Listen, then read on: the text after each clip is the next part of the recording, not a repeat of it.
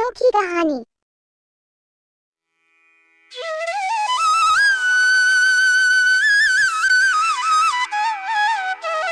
एक छोटे से गांव का नाम था सितागंज।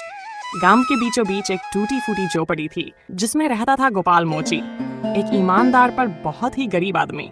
गोपाल दिन भर गांव के लोगों के जूते सिलता, चप्पलें ठीक करता और शाम को थका हारा घर लौटता था।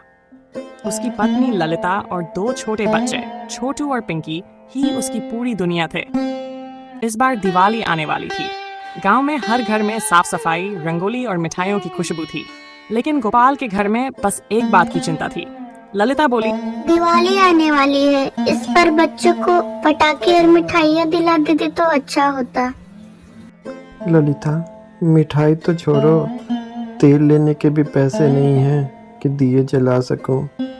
देखता हूँ दिवाली तक कुछ हो सके। हे भगवान, कब मेरे अच्छे दिन आएंगे। गोपाल सोच में पड़ गया। अगले दिन बच्चे बोले। छोटू ने कहा, दादी, मेरे लिए मिठाइयाँ और पटाखे लाओगे ना? हाँ, देखता हूँ बच्चों, कुछ पैसे हो जाए तो तुम्हारे लिए भी पटाखे ले आऊँगा। अब तुम दोनों भी सो जाओ, थक गए होगे खेल कूद और स्कूल से आकर। पिताजी तुम दोनों के लिए लेकर आएंगे ही कुछ न कुछ। चारों तरफ दिवाली की चहल पहल जोरों शोरों से थी।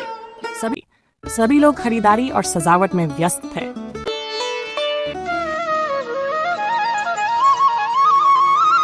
दिवाली से ठीक एक दिन पहले गांव में एक अमीर आदमी आया।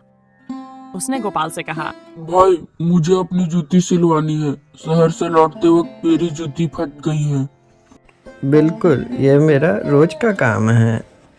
गोपाल ने बड़ी मेहनत से जूती सिल दी। वह आदमी बहुत खुश हुआ और बोला, अरे वाह, तू तो बड़ा ही अच्छा मोची है। ये ले तेरे काम का दाम। गोपाल ने देखा कि वह आदमी 200 रुपये का नोट दे गया। गोपाल की आंखों में चमक आ गई। इतनी बड़ी रकम उसने बहुत दिनों में नहीं देखी थी। वह भागता हुआ घर आया और बोला, ललिता, भगवान ने हमारी सुन ली। चलो दिए, मिठाई और बच्चों के लिए पटाखे ले आते हैं।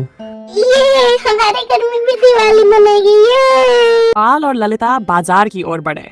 मिठाई, दिया और तेल लेकर लौट रहे थे कि अचानक रास्ते में एक छोटा सा लड़का मिला जिसकी आंखों में आंसू थे।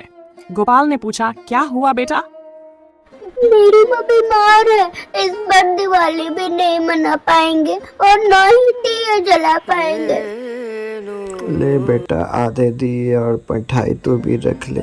तू भी अपने घर रोशनी कर, दिवाली मना। धन्यवाद अंकल, आप बहुत ही नेक दिल इंसान हैं। तुमने तो उस बच्चे को कुछ दिए और मिठाइयाँ दे दी। अब 4-5 ही दिए बचे हैं, कैसे दिवाली मनाएंगे? या पिताजी ने सब मिठाइयाँ भी दे दी, अब हम क्या खाएंगे? हमारे लिए फुलझड़ियाँ भी नहीं लाए पिताजी आप। घबराओ नहीं बच्चों, जरूर कुछ न कुछ उपाय निकलेगा। अगले दिन गोपाल अपनी दुकान पर बैठा सोच रहा था, क्या करूं? बच्चे दिवाली मना पाएंगे या नहीं? तभी गांव के रामू काका वहां आए और बोले, क्या बात है गोपाल, तू बड़ा ही उदास बैठा है। क्या बताऊं चाचा, उम्मीद थी कि कुछ ग्राहक आ जाएंगे तो कुछ पैसे हो जाएंगे। लगता है तू भूल गया है गोपाल, तेरे पैसे हैं। मैंने 2 जोड़ी जूते सिलाए थे।